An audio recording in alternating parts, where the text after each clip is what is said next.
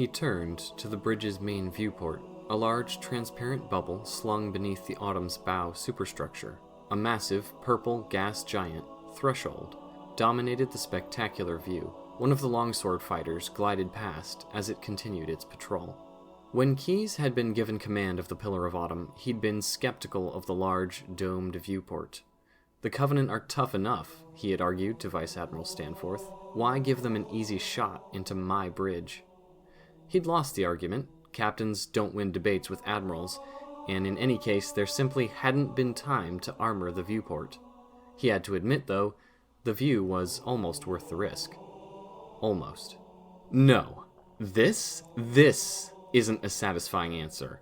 Why does the Pillar of Autumn have such a terribly exposed bridge?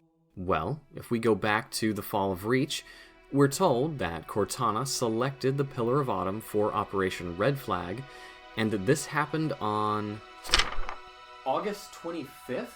That would mean... oh yeah, it only got like 3 days to be refitted.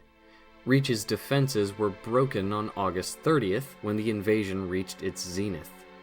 Obvious follow-up question, why did they wait so long to pick a ship?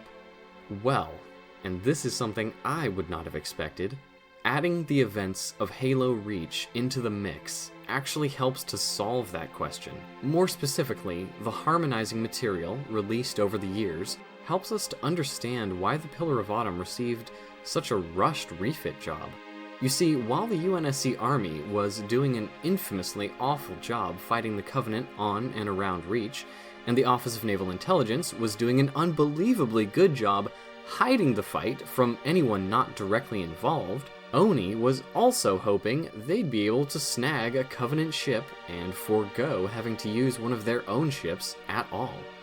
Take a look. Our one hope is that the Covenant bring their big ships to the front early, and that the Spartans can do what they do best.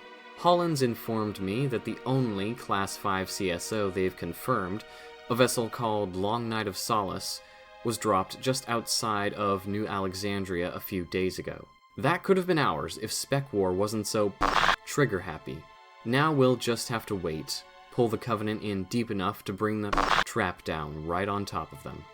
Red Flag was originally conceived as being carried out in human-occupied space. Admiral Margaret Perengoski asked for relevant documents from Vice Admiral Hieronymus Stanforth in late June of 2552. He had done preliminary work for the operation back in March of that same year, and expressed concerns about using Reach as the bait. Red Flag was never intended to be used for anything other than a last resort, and definitely not with Reach. The military sacrifice involved here would be, well, there's nothing of that magnitude recorded in human history. This would be a first. Nevertheless, I've attached the original stratagem doc for Red Flag, updated to reflect the most recent recs. The document attached to Stanforth's response stated that the objective was to use a substantially sized, high-impact team of S2 military personnel wearing qualified Mjolnir gear to assault a Covenant vessel, acquire full, unmitigated control, and return it, without suspicion, back to High Charity. There, the team would split up into discrete, covert splinter groups, gather sufficient intel, seize an appropriately targeted Tier 1 asset, and withdraw back to a ship, securing ad hoc exfiltration. The use of a UNSC starship was not inherently necessary, hence the extremely compacted time frame for the Pillar of Autumn's refit. As late as August 27th, Stanforth believed that Captain Jacob Keyes didn't know about the invasion on the ground.